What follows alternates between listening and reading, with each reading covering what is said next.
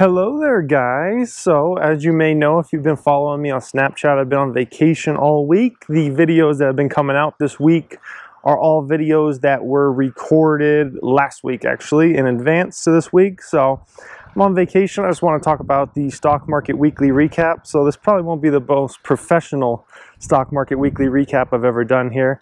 I'm in my parents' backyard right now, visiting them at the moment.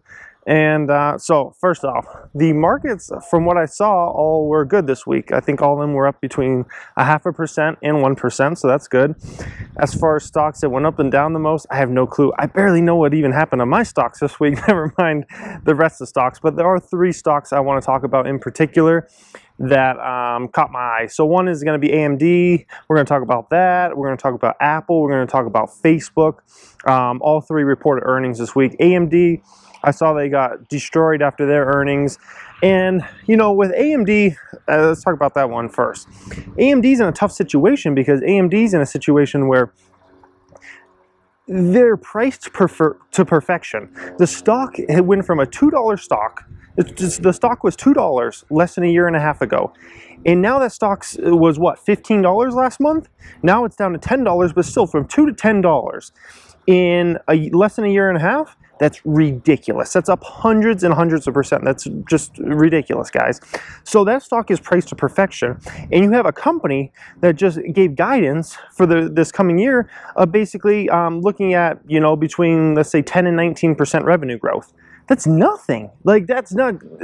You know, to go from $2 to $10, that is not impressive at all. AMD needs to be growing much more quickly than that to justify the ridiculous stock, you know, movement in that stock. The other thing with that stock in particular is, and I, you know, touched on this and when I did my AMD video, and a lot of people, you know, hated me on that for that because they, you know, talked all kinds of shit, you know, because I basically wasn't bullish on AMD. And, you know, they're like, oh, you have no clue what you're talking about and all this and that. That's fine. But my thing was, when are they going to be profitable? No one can give me a straight answer on that. No, I would ask people in the comment section, you know, they'd leave something negative. Tell me when AMD can be profitable. Nothing. You don't get shit. So I'm like, when's that company? If you own a stock, you better have an idea of when that stock can become profitable. You know, when's it going to be? Is it going to be this year, 2017, they're going to be profitable? Is it going to be 2018, 2019? When is it going to be? 2020? You know, 5 decades from now? When are they going to be profitable? No one can give me a straight answer about that. No one can give me an estimated, you know, assumption on when AMD, if they can ever be profitable again. And you have a company that's been unprofitable for how many years now? How many years? You can look back. Tell me the last time that company made a profit on a GAAP basis. I would love to know the answer to that question. So that's kind of my view on AMD. You know, do they have some exciting things going? Absolutely. When are those going to begin to pay off in a way that will justify this massive stock price we've seen in it? When will they get profitable? That's my biggest question. When will that company make even a dollar of profit? So tell me that, and then we can talk AMD.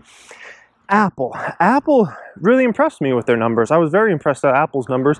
They had a nearly 5% revenue number, and I thought that would be very hard for them to hit, and they almost hit it. So I'm very impressed with Apple. That was a strong quarter out of them. The Apple Watch, I believe sales doubled from what they did last year, so that's very impressive. Apple Watch is growing nicely.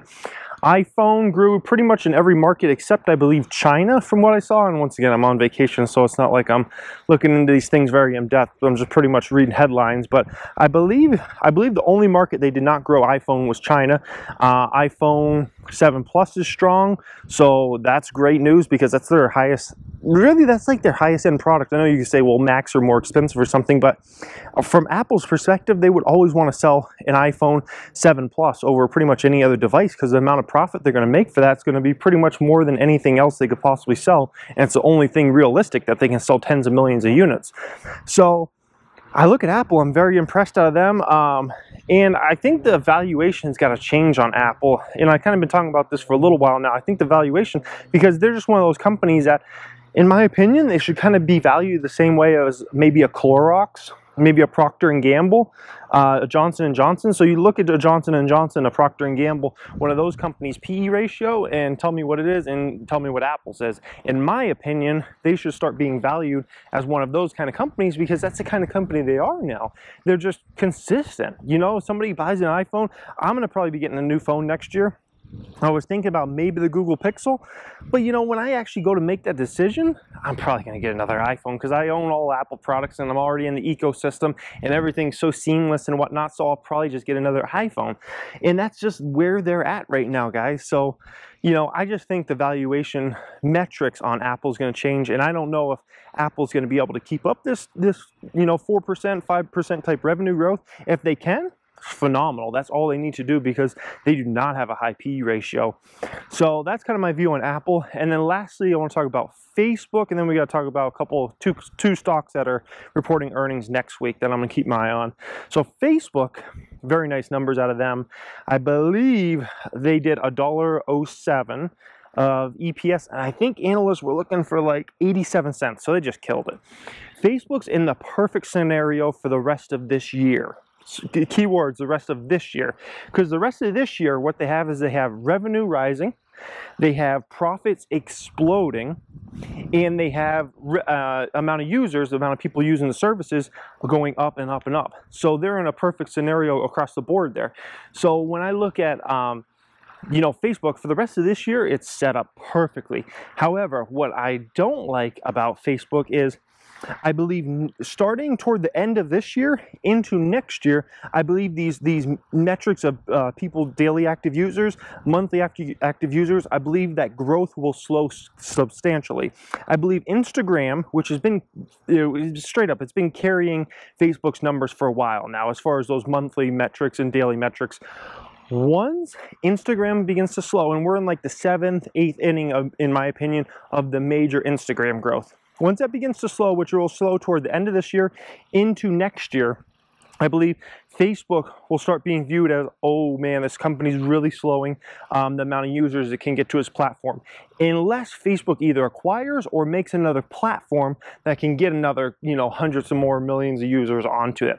So for now, Facebook's in the perfect scenario. Now, just because, let's say next year, the monthly active users and daily active users slow substantially, they can still keep growing revenue and profits for years to come, because they're still playing catch up and ad rates still have to keep going up. So Facebook's still kind of set either way you want to look at it there. It's just, I feel like really with that stock's, and especially if it rises substantially, because let's say, you know, it keeps its PE ratio, so the stock's got to keep rising, and next thing you know, it's a $200, $300 stock.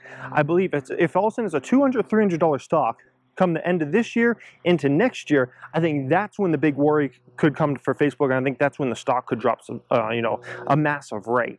So that's kind of just my outlook on Facebook. Now, as far as this week coming up goes, there's two earnings I'm going to be paying attention to, and I'll be back in Vegas on Monday. So, you know, back to the grind. But I'm looking at Snapchat, one of them. Snapchat is going to be reporting earnings May 10th.